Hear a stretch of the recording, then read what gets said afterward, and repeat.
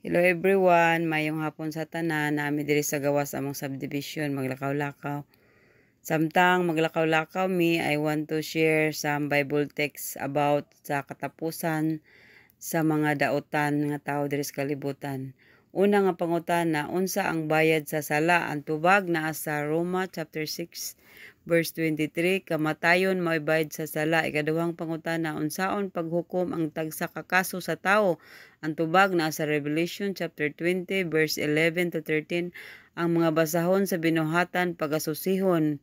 But pasabutan na katong libro nga nagalista sa mga record sa mga binuhatan sa tao. Ikatulong pangutana, sa tubangan sa unsang hukmanan ang tanan matubang? Ang tubag naa sa 2 Corinto chapter 5 verse 10, sa tubangan sa hukmanan ni Kristo.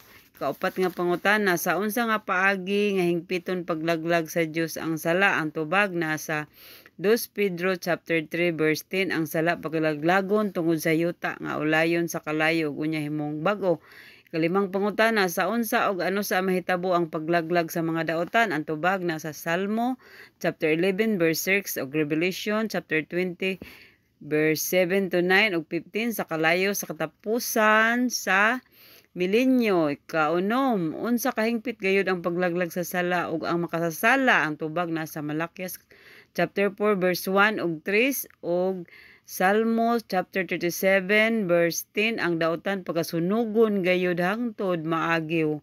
Kapito nga pangutana, unya unsa may mahitabo kang Satanas? Ang tubag na kang Ezekiel chapter 28 verse 18 to 19 ug Revelation chapter 20:14, si Satanas ang tagmuga sa sasala pagasunugon ug ang sala dili na mutungha pag-usab. Asa man pagabalo siyang daotan ug matarong. Proverbio chapter 11 verse 30-31, Salmo chapter 37 verse 34, ang daotan pagasunugon sa pagkatunaw sa yuta, sa pagkatunaw sa kalibutan. 2 Pedro chapter 3 verse 10 ug 13, unya ang Dios maghimong bag-ong yuta nga himuong puloy-anang walay katapusan sa iyang mga tinubos diri sa yuta, or maghimo siya bag-ong langit ug puy-an sa mga matarong dito sa langit.